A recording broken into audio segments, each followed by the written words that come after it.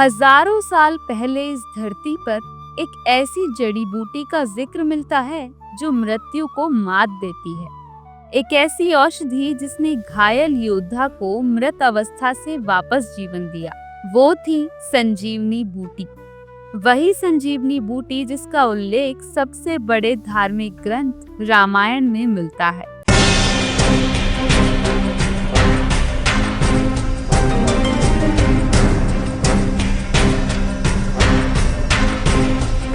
सवाल है कि क्या संजीवनी बूटी सिर्फ एक पौराणिक कथा में वर्णित कोई चमत्कारी पौधा है, या वाकई ऐसा पौधा था जो आज भी हिमालय की वादियों में कहीं छिपा है।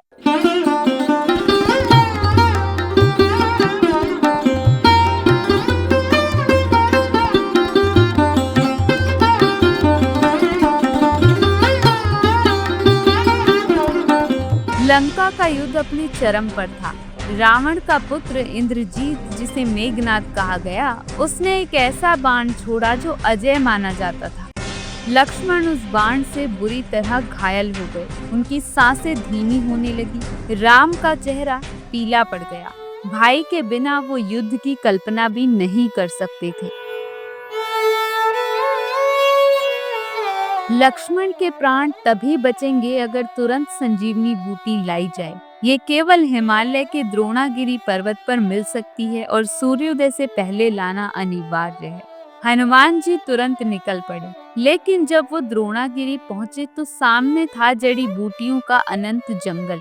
कौन सी है संजीवनी? कौन सी है वो शक्ति जो मृत को जीवित कर दे? पहचान न कर पाने पर हनुमान जी ने पूरा पर्वत ही उखाड़ लिया और राम की सेना के सामने रख दिया।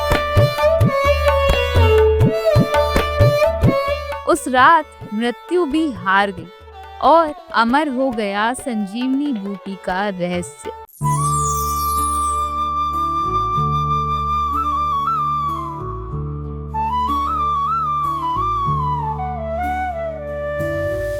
संजीवनी का उल्लेख केवल रामायण में ही नहीं बल्कि आयुर्वेद के कई ग्रंथों में मिलता है। चरक संहिता और सुश्रुत संहिता में जीवनदायी और मृत संजीवनी औषधियों का जिक्र है।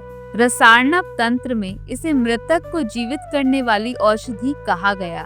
आयुर्वेद में इसे विषनाशी भी माना गया, यानी ये जहरीले प्रभाव को नष्ट कर देती है। आयुर्वेद कहता है संजीवनी जीवन और मृत्यु के बीच खड़े व्यक्ति को भी लौटा सकती। शायद इसी कारण इसे मृत संजीवनी नाम दिया गया।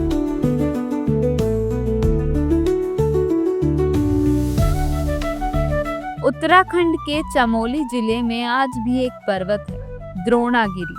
स्थानीय लोग मानते हैं कि यहाँ से हनुमान जी ने संजीवनी उठाई थी। गांव के बुजुर्ग कहते हैं कि रात में पर्वत से अजीब रोशनी निकलती है। कुछ लोग दावा करते हैं कि यहाँ अब भी ऐसी जड़ी बूटियां मिलती हैं जो किसी भी विष को काट देती हैं। सनातन गुरु से बातचीत में चमोली के एक स्थानीय बुजुर्ग का कहना था, हमारे दादा कहते थे ये पर्वत अधूरा है, हनुमान जी इसका टुकड़ा ले गए थे। आज भी यहाँ कई चमत्कारी औषधियां हैं। संजीवनी बूटी है लेकिन कोई पहचान नहीं पाता।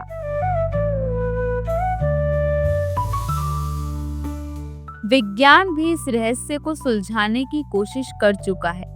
कई शोधकर्ताओं ने हिमालयी पौधों पर रिसर्च की और कुछ पौधों को संजीवनी का संभावित उम्मीदवार बताया। सेलेगिनेला ब्रायोप्टेरिस उत्तराखंड और मध्य भारत की चट्टानों पर उगने वाला पौधा। लोग इसे संजीवनी बूटी कहकर भी जानते हैं। ये सूख जाने पर भी पानी मिलते ही हरा हो उठता है, जैसे मृत से पुनर्जीवित हो। डेंड्रोबियम, कुछ रिसर्च में पाया गया है कि इसमें टिश्यूज रिपेयर की क्षमता है। रोडियोला इम्ब्रिकेटा हिमालय में पाई जाती है। सैनिकों को ऊंचाई पर ऑक्सीजन की कमी से बचाने में ये कारगर है। लेकिन सच ये है कि कोई भी पौधा अब तक उस क्षमता वाला नहीं मिला जो मृतक को जीवित कर दे।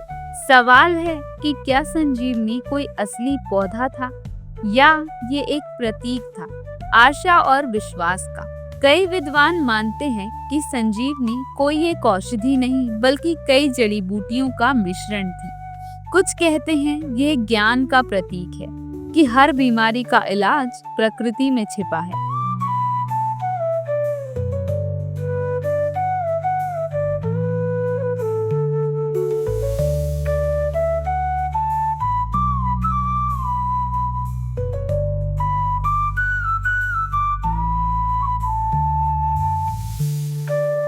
संजीवनी का रहस्य आज भी अनसुलझा है, लेकिन एक बात निश्चित है, ये कथा हमें जीवन की सबसे बड़ी सीख देती है कि चाहे परिस्थिति कितनी भी कठिन क्यों ना हो, आशा हमेशा होती है और विश्वास मृत्यु को भी परास्त कर सकता है।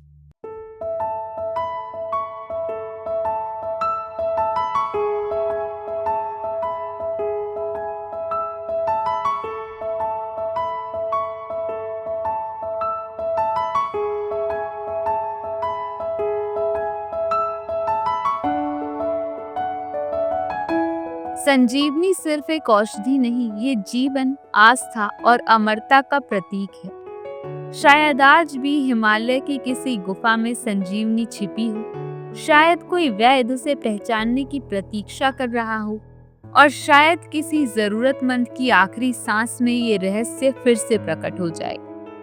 जानकारी अच्छी लगी हो तो वीडियो को लाइक और शेयर करना ना भूलें। जय श्री राम।